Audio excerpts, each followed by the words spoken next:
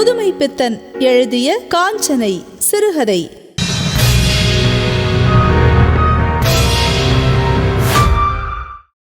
அன்று இரவு முழுவதும் எனக்கு தூக்கம் பிடிக்கவே இல்லை. காரணம் என்னவென்று சொல்ல முடியவில்லை. மனசுக்கு கஷ்டமும் இல்லை, அளவுக்கு மிஞ்சிய இன்பமும் இல்லை.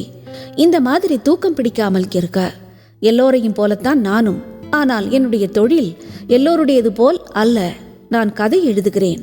அதாவது சரடு விட்டு அதை சகிக்கும் பத்திரிகை ஸ்தாபனங்களிலிருந்து பிழைக்கிறவன். என்னுடையது அங்கீகரிக்கப்படும் பொய். அதாவது கடவுள், தர்மம் என்று பல நாம ரூபங்களுடன் உலக மெஜாரிட்டியின் அங்கீகாரத்தை பெறுவது. இதற்குத்தான் சிருஷ்டி, கற்பனாலோக சஞ்சாரம் என்றெல்லாம் சொல்லுவார்கள். இந்த மாதிரியாக பொய் சொல்லுகிறவர்களையே இரண்டாவது பிரம்மா என்பார்கள். இந்த நகல் பிரம்மா பரம்பரையில் நான் கடைக்குட்டி. இதையெல்லாம் நினைக்க பெருமையாகத்தான் இருக்கிறது. நாங்கள் உண்டாக்குவது போல் அந்த பிரம்மனின் கைவேலையும் பொய்தானா? நான் பொய்யா? திடீரென்று இந்த வேதாந்த விசாரம் இரவு சுமார் 12 மணிப்போதுக்கு ஏற்பட்டால் தன்னுடைய ஜீரண சக்தியை பற்றி யாருக்குத்தான் சந்தேகம் தோன்றாது? அட சட் என்று சொல்லிக்கொண்டு எழுந்து உட்கார்ந்தேன். உட்கார்ந்தபடி எட்டினார் போல மின்சார விளக்கை போடுவதற்கு வாக்காக வீட்டை கட்டி வைத்திருந்தான். போட்டேன். வெளிச்சம் கண்களை உறுத்தியது. பக்கத்து கட்டிலில் என் மனைவி தூங்கிக் கொண்டிருந்தாள். தூக்கத்தில் என்ன கனவோ! உதட்டு கோணத்தில் புன்சிரிப்பு கண்ணாம்பூச்சி விளையாடியது. வேதாந்த விசாரத்துக்கு மனிதனை இழுத்து கொண்டு போகும் தன்னுடைய நளபாக சாதுரியத்தை பற்றி இவள் மனசு கும்மாளம் போடுகிறது போலும். தூக்க கலக்கத்தில் சிணுங்கிக் கொண்டு புரண்டு படுத்தாள். அவள் 3 மாச கர்ப்பிணி. நமக்குத்தான் தூக்கம் பிடிக்கவில்லை என்றால் அவளையும் ஏன் எழுப்பி உட்கார்த்தி வைத்துக் கொள்ள வேண்டும்? உடனே விளக்கை அணைத்தேன். எனக்கு எப்போதும் இருட்டில் உட்கார்ந்து கொண்டிருப்பதில் ஒரு நிம்மதி. இருட்டோடு இருட்டாய் நாமும் இருட்டும் ஐக்கியமாய் பிறர் பார்வையில் விழாமல் இருந்து விடலாம் அல்லவா? நாமும் நம் இருட்டு கோட்டைக்குள் இருந்து கொண்டு நம் இஷ்டம் போல் மனசு என்ற கட்டை வண்டியை ஓட்டிக்கொண்டு போகலாம் அல்லவா? சாதாரணமாக எல்லோரும் மனசை நினைத்த இடத்துக்கு நினைத்த மாத்திரத்தில் போகும் ரதம் என்று சொல்லுவார்கள். மனித வித்து அனாதி காலம் தொட்டு இன்று வரையில் நினைத்து நினைத்து தேய்ந்து தடமாகிவிட்ட பாதையில்தான் இந்த கட்டை வண்டி செல்லுகிறது. சக்கரம் உருண்டு உருண்டு பள்ளமாக்கிய பொடிமண் பாதையும் நடுமத்தியில் கால்கள் அவ்வளவாக பாவாத திரடும் தான் உண்டு. ஒவ்வொரு சமயங்களில் சக்கரங்கள் தடம் புரண்டு திரடு ஏறி டொடக் என்று உள்ளே இருக்கிறவர்களுக்கு அதிர்ச்சி கொடுக்கிறதும் உண்டு. மற்றபடி சாதுவான ஆபத்தில்லாத மயிலைக்காளை பாதை. நினைவு சுகத்தில் இருட்டில் சிறிது அதிகமாக சுண்ணாம்பு தடவி விட்டேன் போலும். நாக்கு சுருக்கென்று பொத்து கொண்டது. நான் அதை பொருட்படுத்துவது இல்லை. இருட்டில் வெற்றிலை போடுவது என்றால் அதிலும் மனசை கயிற்றை முதுகில் போட்டுவிட்டு தானே போகும்படி விட்டுவிடுவது என்றால் இந்த விபத்துக்களை எல்லாம் பொருட்படுத்தலாமா? உள்ளங்கையில் கொட்டி வைத்திருந்த புகையிலையை பவித்திரமாக வாயில் போட்டுக்கொண்டேன். சீ, என்ன நாற்றம்! ஒரேடியாக பிணவாடையல்லவா அடிக்கிறது. குமட்டல் எடுக்க புகையிலையின் கோளாரோ என்று ஜன்னல் பக்கமாக சென்று அப்படியே உமிழ்ந்து வாயை உரசி கொப்பளித்து விட்டு வந்து படுக்கையின் மீது உட்கார்ந்தேன். துர்நாற்றம் தாங்க முடியவில்லை. உடல் அழுகி நாற்றம் எடுத்து போன பிணம் போல. என்னால் சகிக்க முடியவில்லை. எனக்கு புரியவில்லை. ஜன்னல் வழியாக நாற்றம் வருகிறதோ? ஊசி காற்று கூட இழையவில்லையே. கட்டிலை விட்டு எழுந்திருந்து ஜன்னல் பக்கம் நடந்தேன். 2 அடி எடுத்து வைக்கவில்லை. நாற்றம் அடியோடு மறைந்து விட்டன. என்ன அதிசயம்! திரும்பவும் கட்டிலுக்கு வந்தேன். மறுபடியும் நாற்றம். அதே துர்க்கந்தம். கட்டிலின் அடியில் ஏதேனும் செத்து கிடக்கிறதோ? விளக்கை ஏற்றினேன். கட்டில் அடியில் தூசிதான் தும்மலை வருவித்தது. எழுந்து உடம்பை தட்டி கொண்டு நின்றேன். தும்மல் என் மனைவியை எழுப்பிவிட்டது. என்ன, இன்னுமா உங்களுக்கு உறக்கம் வரவில்லை? மணி என்ன என்று கொட்டாவி விட்டாள். மணி சரியாக 12 அடித்து 1 நிமிஷம் ஆயிற்று. என்ன அதிசயம்! நாற்றம் இப்பொழுது ஒருவித வாசனையாக மாறியது. ஊதுவத்தி வாசனை. அதுவும் மிகவும் மட்டமான ஊதுவத்தி. பிணத்துக்கு பக்கத்தில் ஏற்றி வைப்பது. உனக்கு இங்கே ஒரு மாதிரி வாசனை தெரியுதா என்று கேட்டேன். ஒண்ணுமில்லையே என்றாள். சற்று நேரம் மோந்து பார்த்துவிட்டு, ஏதோ லேசா ஊதுவத்தி மாதிரி வாசனை வருது.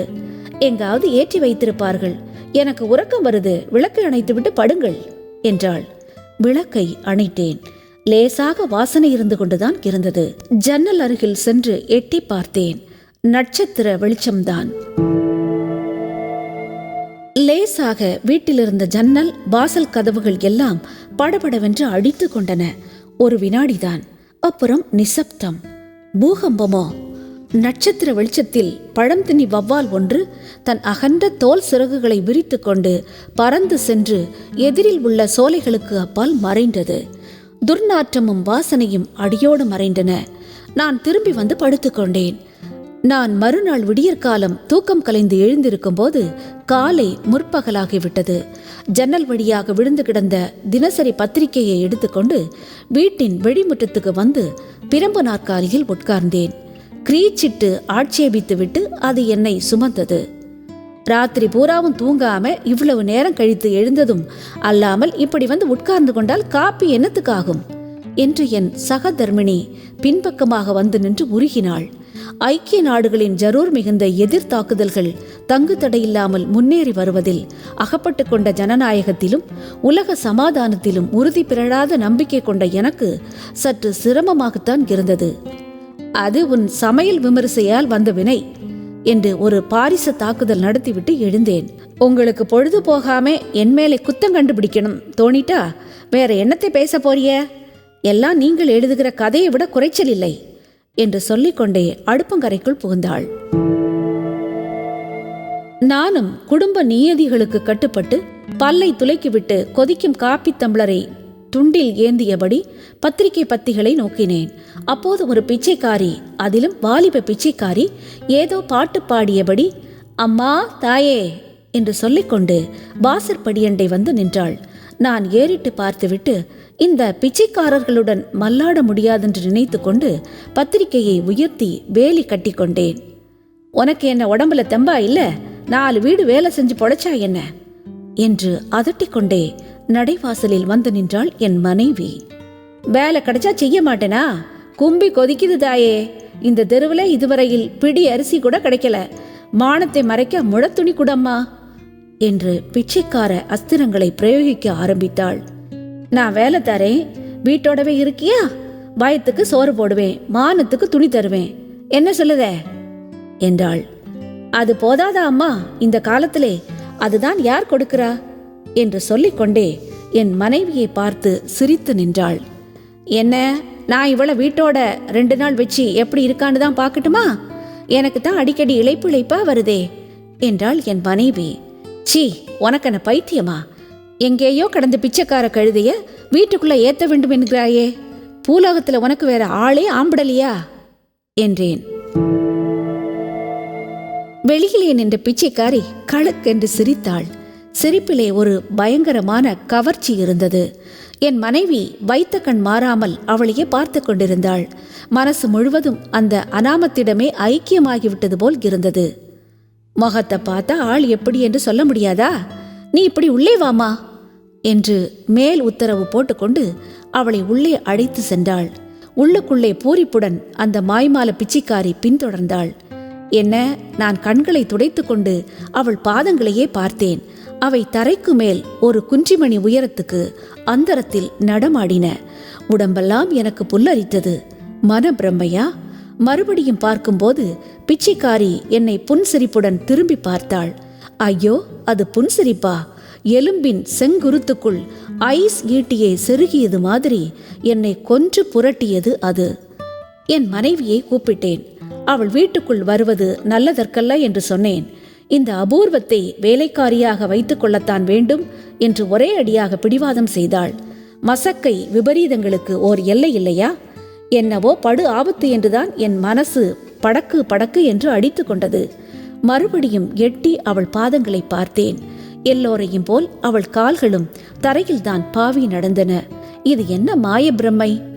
தெனாலிராமன் கருப்பு நாயை வெள்ளை நாயாக்க முடியாது என்பதை நிரூபித்தான். ஆனால் என் மனைவி பிச்சைக்காரிகளையும் நம்மை போன்ற மனிதர்கள் ஆக்க முடியும் என்பதை நிரூபித்தாள். குடித்து முழுகி பழசானாலும் சுத்தமான ஆடையை உடுத்தி கொண்டால் யாரானாலும் அருகில் உட்கார வைத்து பேசிக்கொண்டிருக்க முடியும் என்பது தெரிந்தது. வந்திருந்த பிச்சைக்காரி சிரிப்பு மூட்டும்படி பேசுவதில் கெட்டிக்காரி. அடிக்கடி கழுக் கழுக்கென்று சப்தம் கேட்டது. என் மனைவிக்கு அவள் விழுந்து விழுந்து பணிவிடை செய்வதைக் கண்டு நானே பிரமித்து விட்டேன். என்னையே கேலி செய்து கொள்ளும்படியாக இருந்தது சற்று முன் எனக்கு தோன்றிய பயம்.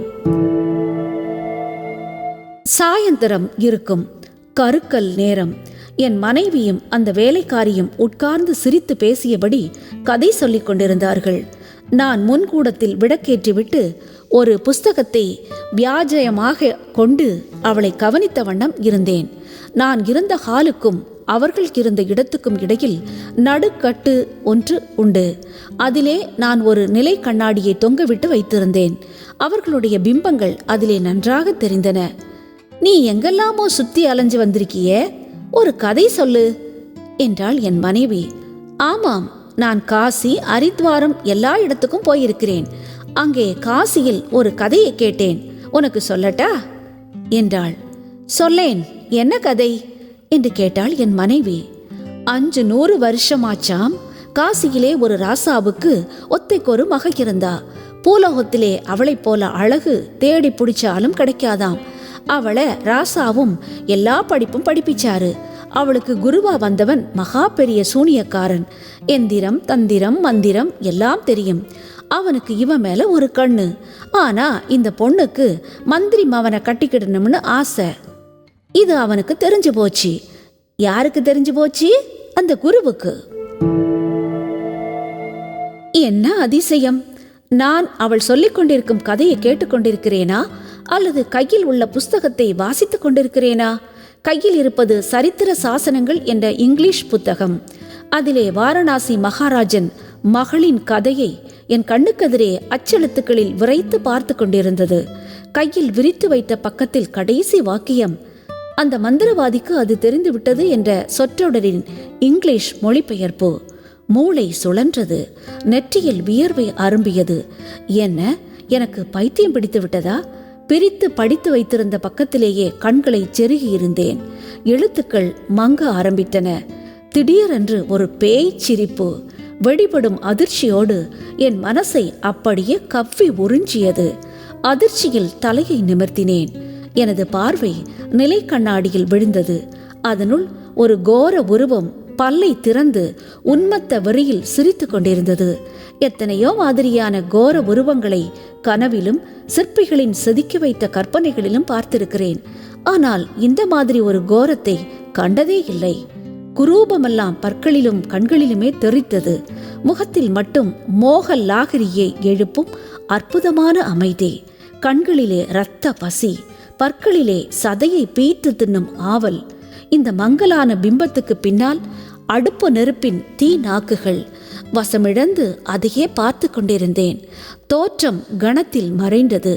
அடுத்த நிமிஷம் அந்த பிச்சைக்காரியின் முகமே தெரிந்தது. உன் பெயர் என்ன என்று கேட்க மறந்தே போயிட்டுதே என்று மனைவி கேட்பது எனது செவிப்புலனுக்கு எட்டியது. காஞ்சனைன்னு தான் கூப்பிடுங்களே, கதையில வர்ற காஞ்சன மாதிரி. எப்படி கூப்பிட்டா என்ன, ஏதோ ஒரு பேரு என்றாள் பிச்சைக்காரி. என் மனைவியை தனியாக அங்கு விட்டிருக்க மனம் ஒப்பவில்லை. என்ன நேரக்கூடுமோ? பயம் மனசை கவ்விக்கொண்டால் விடவிடப்புக்கு வரம்பு உண்டா? நான் உள்ளே போனேன். இருவரும் குசாலாகவே பேசிக்கொண்டிருந்தனர். வலுக்கட்டாயத்தின் பேரில் சிரிப்பை வருவித்துக் கொண்டு நுழைந்த என்னை, பொம்பளைகள் வேலை செய்கிற இடத்தில் உங்களுக்கு என்னவாம் என்ற பானம் எதிரேற்றது. காஞ்சனை என்று சொல்லிக் கொண்டவள் குனிந்து எதையோ நறுக்கி கொண்டிருந்தாள். விஷமும் தழும்பும் சிரிப்பு அவளது உதட்டின் கோணத்தில் துள்ளலாடியது. நான் வேறு ஒன்றும் சொல்ல முடியாமல் புஸ்தக வேலியின் மறைவில் நிற்கும் பாராக்காரன் ஆனேன். மனைவியோ கர்ப்பிணி. அவள் மனசிலேயா பயத்தை குடியேற்றுவது? அவளை எப்படி காப்பாற்றுவது? சாப்பிட்டோம், தூங்க சென்றோம். நாங்கள் இருவரும் மாடியில் படுத்துக்கொண்டோம். காஞ்சனை என்பவள் கீழே முன்கூடத்தில் படுத்துக்கொண்டாள்.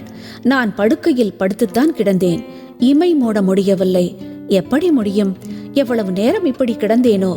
இன்று மறுபடியும் அந்த வாசனை வரப்போகிறதா என்று மனம் படக்கு படக்கென்று எதிர்பார்த்தது. எங்கோ ஒரு கடிகாரம் 12 மணி அடிக்கும் வேலையை ஆரம்பித்தது. 11வது ரீங்காரம் ஓயவில்லை. எங்கோ கதவு கிரீச்சிட்டது. திடீரென்று எனது கைமேல் கூரிய நகங்கள் விழுந்து பிராண்டி கொண்டு நழுவின. நான் உதறி அடித்து கொண்டு எழுந்தேன். நல்ல காலம். வாய் உளரவில்லை. என் மனைவியின் கைதான் அசப்பில் விழுந்து கிடந்தது. அவளுடையதுதானா? எழுந்து குனிந்து கவனித்தேன். நிதானமாக சுவாசம் விட்டு கொண்டு தூங்கினாள். கீழே சென்று பார்க்க ஆவல், ஆனால் பயம். போனேன். மெதுவாக கால் ஓசைப்படாமல் இறங்கினேன். ஒரு யுகம் கழிந்த மாதிரி இருந்தது. மெதுவாக முன் கூடத்தை எட்டி பார்த்தேன். வெளிவாசல் சார்த்தி கிடந்தது.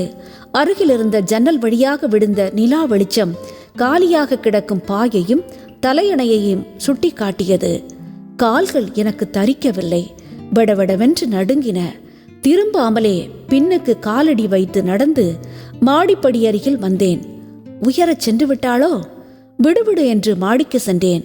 அங்கே அமைதி, பழைய அமைதி. மனம் தெளியவில்லை. மாடி ஜன்னலருகில் நின்று நிலா வெளிச்சத்தை நோக்கினேன். மனித நடமாட்டம் இல்லை. எங்கோ ஒரு நாய் மட்டும் அழுது பிலாக்கணம் தொடுத்து ஓங்கியது. பிரம்மாண்டமான வவ்வால் ஒன்று வானத்தின் எதிர்கோணத்திலிருந்து எங்கள் வீடு நோக்கி பறந்து வந்தது.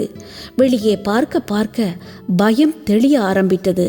என்னுடைய மனப்பிரமை அது என்று நிதானத்துக்கு வந்தேன். ஆனால் கீழே மறுபடியும் பார்க்க வேண்டும் என்ற ஆவல். கீழே இறங்கினேன். தைரியமாக செல்ல முடியவில்லை. அதோ காஞ்சனை பாயில் உட்கார்ந்துதான் இருக்கிறாள். என்னை பார்த்து சிரித்தாள். விஷச்சிரிப்போ. உள்ளமே உறைந்தது. நிதானமாக இருப்பதைப் போல பாசாங்கு செய்து கொண்டு, என்ன தூக்கம் வரவில்லையா என்று முணுமுணுத்து கொண்டே மாடிப்படிகளில் ஏறினேன். அப்பொழுது சாம்பிராணி வாசனை வந்ததா? வந்தது போலத்தான் ஞாபகம். நான் எழுந்திருக்கும் போது நெடுநேரமாகிவிட்டது. என்ன வர வரத்தான் இப்படி தூங்கி தொலைக்கிறாக, காப்பி ஆறுது என்று என் மனைவி எழுப்பினாள். இருட்டுக்கும் பயத்துக்கும் ஒளிவிடம் இல்லாத பகலிலே எல்லாம் வேறு மாதிரியாகத்தான் தோன்றுகிறது. ஆனால் மனசின் ஆழத்திலே அந்த பயம் வேரூன்றிவிட்டது. இந்த ஆபத்தை எப்படி போக்குவது? தன் மனைவி சோரம் போகிறாள் என்ற மனக்கஷ்டத்தை தன்னை தேற்றிக்கொள்வதற்காக வேறு யாரிடம் சொல்லிக்கொள்ள முடியுமா? அதே மாதிரிதான் இதுவும். என்னை போன்ற ஒருவன் ஜன சமுதாயத்துக்காக இலக்கிய சேவை செய்கிறேன் என்று தம்பட்டம் அடித்து கொண்டு மனப்பால் குடித்து கொண்டிருக்கும் ஒருவன், சார், எங்கள் வீட்டில் புதுசாக ஒரு பேய் குடி வந்து விட்டது, அது என் மனைவியை என்ன செய்யுமோ என்று பயமாக இருக்கிறது, ஆபத்தை போக்க உங்களுக்கு ஏதாவது வழி தெரியுமா என்று கேட்டால் நான் நையாண்டி செய்கிறேனா அல்லது எனக்கு பைத்தியம் பிடித்து விட்டதா என்றுதான் சந்தேகிப்பான். யாரிடம் இந்த விவகாரத்தை சொல்லி வழி தேடுவது? எத்தனை நாட்கள் நான் பாரா கொடுத்து கொண்டிருக்க முடியும்? இது எந்த விபரீதத்தில் கொண்டு போய் விடுமோ? சொல்லவும் முடியாமல் மெல்லவும் முடியாமல் திண்டாடி கொண்டிருந்தேன். என் மனைவிக்கு அந்த புதிய வேலைக்காரி என்ன சொக்குப்பொடி போட்டு விட்டாளோ? அவர்கள் இருவரும் மனசில் துளி கூட பாரமில்லாமல் கழித்து விட்டார்கள். இன்றை பார்த்து பகலும் ராத்திரியை விரட்டி கொண்டு ஓடி வந்தது. இவ்வளவு வேகமாக பொழுது கழிந்ததை நான் ஒரு நாளும் அனுபவித்ததில்லை. இரவு படுக்க போகும்போது என் மனைவி, காஞ்சனை இன்றைக்கு மாடியிலே நமக்கு அடுத்த அறையில் படுத்துக்கொள்ளப் போகிறாள் என்று கூறிவிட்டாள். எனக்கு மடியில் நெருப்பை கட்டியது போல ஆயிற்று. இது என்ன சூழ்ச்சி? இன்று தூங்குவதே இல்லை, இரவு முழுவதும் உட்கார்ந்தே கழிப்பது என்று தீர்மானித்தேன். என்ன படுக்கலையா என்றாள் என் மனைவி. எனக்கு உறக்கம் வரவில்லை என்றேன். மனசுக்குள் பல் ஈட்டிகளாக பயம் குத்தி தைத்து வாங்கியது. உங்கள் இஷ்டம் என்று திரும்பி படுத்தாள். அவ்வளவுதான். நல்ல தூக்கம். அது வெறும் உறக்கமா? நானும் உட்கார்ந்து உட்கார்ந்து அலுத்து போனேன். சற்று படுக்கலாம் என்று உடம்பை சாய்த்தேன். 12 மணி அடிக்க ஆரம்பித்தது. இதென்ன வாசனை? பக்கத்தில் படுத்திருந்தவள் அமானுஷ்ய குரலில் வீறிட்டு கத்தினாள். வார்த்தைகள் ரூபத்தில் வரும் உருவற்ற குரல்களுக்கு இடையே காஞ்சனை என்ற வார்த்தை ஒன்றுதான் புரிந்தது. சட்டென்று விளக்கை போட்டுவிட்டு அவளை எழுப்பி உருட்டினேன். பிரஞ்ஞை வரவே தள்ளாடிக்கொண்டு எழுந்து உட்கார்ந்தாள். ஏதோ ஒன்று என் கழுத்தை கடித்து இரத்தத்தை உறிஞ்சின மாதிரி இருந்தது என்றாள், கண்களை துடைத்து கொண்டு. கழுத்தை கவனித்தேன். குரல் வளையில் குண்டூசி நுனி மாதிரி இரத்தத்துடி இருந்தது. அவள் உடம்பெல்லாம் நடுங்கியது. பயப்படாதே, எதையாவது நீத்து கொண்டு படுத்திருப்பாய் என்று மனம் அறிந்து பொய் சொன்னேன். அவள் உடம்பு நடுநடுங்கிக் கொண்டிருந்தது. மயங்கி படுக்கையில் சரிந்தாள். அதே சமயத்தில் வெளியில் சேமக்கால சப்தம் கேட்டது. கர்ண கடூரமான குரலில் ஏதோ ஒரு பாட்டு. அதிகார தோரணையிலே காஞ்சனை காஞ்சனை என்ற குரல். என் வீடே கிடுகிடாய்த்து போகும்படியான ஓர் அலறல். கதவுகள் படபடவென்று அடித்து கொண்டன. அப்புறம் ஓர் அமைதி, ஒரு சுடுகாட்டு அமைதி. நான் எழுந்து வெளிவாசலின் பக்கம் எட்டி பார்த்தேன். நடுத்தெருவில் ஒருவன் நின்றிருந்தான். அவனுக்கு என்ன மிடுக்கு! இங்கே வா என்று சமிஞ்சை செய்தான். நான் செயலற்ற பாவை போல கீழே இறங்கி சென்றேன். போகும்போது காஞ்சனை இருந்த அறையை பார்க்காமல் இருக்க முடியவில்லை. நான் எதிர்பார்த்தபடியேதான் இருந்தது. அவள் இல்லை. தெருவிற்கு போனேன். அம்மா, நெத்தியிலே இதை பூசு. காஞ்சனை இனிமேல் வரமாட்டாள். போய் உடனே பூசு. அம்மாவை எழுப்பாதே என்றான். விபூதி சுட்டது. நான் அதை கொண்டு வந்து பூசினேன் அவள் நெற்றியில். அது வெறும் விபூதிதானா? எனக்கு சந்தேகமாகவே இருக்கிறது. அவன் கையில் சேமக்கலம் இல்லை என்பதும் ஞாபகம் இருக்கிறதே. 3 நாட்கள் கழிந்து விட்டன. காலையில் காப்பி கொடுக்கும்போது, இந்த ஆம்பளைகளே இப்படித்தான் என்றாள் என் மனைவி. இதற்கு என்ன பதில் சொல்ல? புதுமை பித்தன் எழுதிய காஞ்சனை சிறுகதை கேட்டீர்கள். வழங்கியவர் ஆர்ஜே ஜே.எம். ஃப்ளோரா. இதமான கதைகள் கேட்க தாடகை மைந்தர்கள் யூடியூப் சேனலுடன் இணைந்திருங்கள்.